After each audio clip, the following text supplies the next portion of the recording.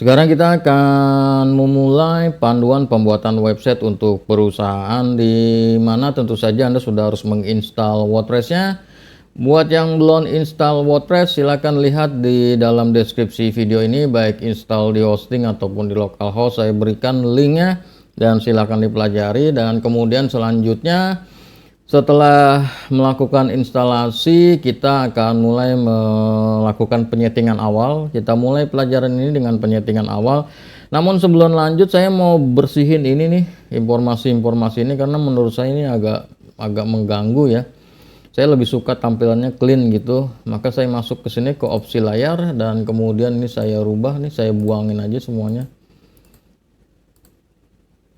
Nah, seperti ini menurut saya jauh lebih enak dilihat ya, clean gitu. Saya suka yang clean untuk dashboard.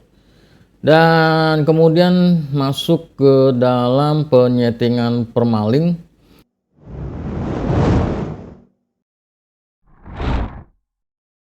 Dimana permalink ini adalah untuk kebutuhan link, terutama untuk kebutuhan SEO, dan kemudian masuk ke bagian pengaturan, kemudian masuk ke bagian membaca. Dan masuk ke bagian permalink ya. Jadi pengaturan dan masuk ke permalink, dan kemudian kita rubah ke nama tulisan. Jadi nama tulisan itu nanti judul dari artikel, atau judul dari postingan, atau judul dari halaman. Ini akan sangat membantu untuk kebutuhan SEO. Dan kemudian kita klik simpan perubahan.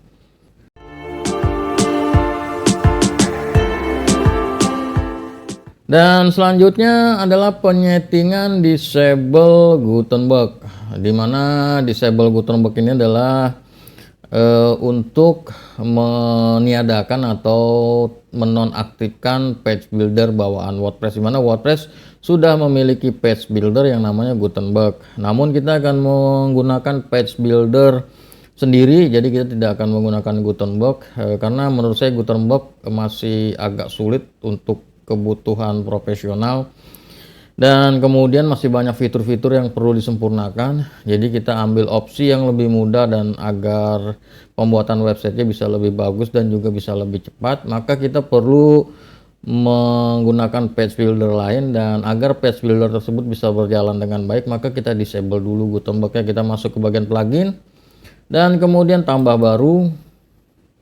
Dan kemudian di sini cari plugin, kita ketikkan aja disable Gutenberg ya, seperti ini, disable Gutenberg. Dan kemudian ada di sini nih plugin disable Gutenberg dari Jetstar. Kita langsung install aja, install sekarang, tunggu proses. Dan kemudian aktifkan. Kita tidak perlu melakukan penyetingan apapun, didiemin aja. Ini plugin yang ini hapus saja, karena kita akan gunakan disable comment. Jadi kita tidak perlu Akismet, kita nggak perlu itu.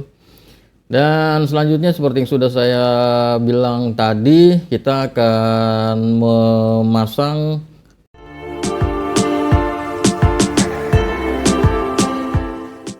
disable komentar atau disable comment. Tujuannya adalah agar komentar-komentar spam tidak masuk dan membanjiri website, karena itu bisa bikin website kotor, mudah kena hack, dan juga kalau spamnya terlalu banyak, dia bikin website loadingnya lambat banget, dan bandwidthnya juga cepat habis.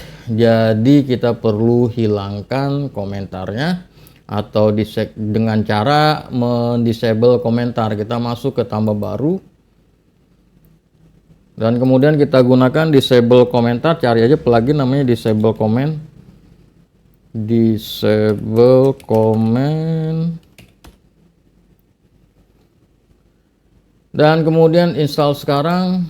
Tunggu proses sampai instalasinya selesai, dan kemudian langkah selanjutnya dia sudah ada nih di bagian pengaturan. Di sini kita setting sedikit ya, disable comment, kita setting sedikit.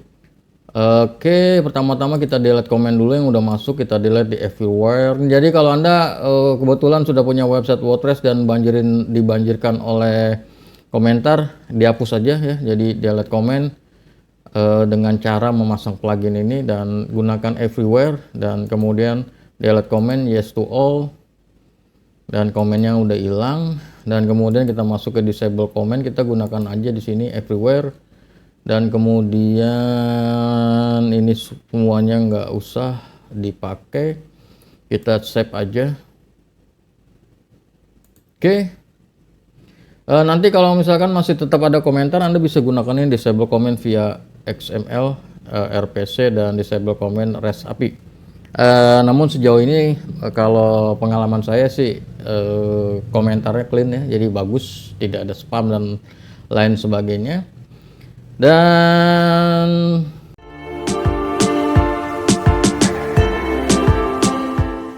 selanjutnya kalau misalkan Anda pasang SSL, Anda bisa tambahkan fitur SSL ya, masuk ke bagian plugin, tambah baru, dan kemudian cari plugin, kita gunakan SSL. Namun ini nggak harus ya, ini nggak harus. Kalau SSL-nya Anda udah jalan udah bagus, nggak usah.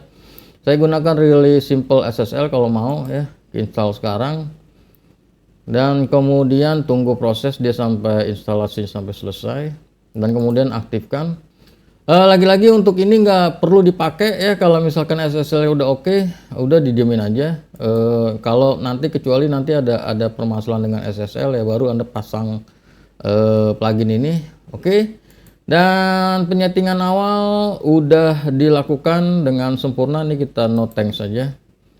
Dan sekarang kita lanjut ke pelajaran berikutnya.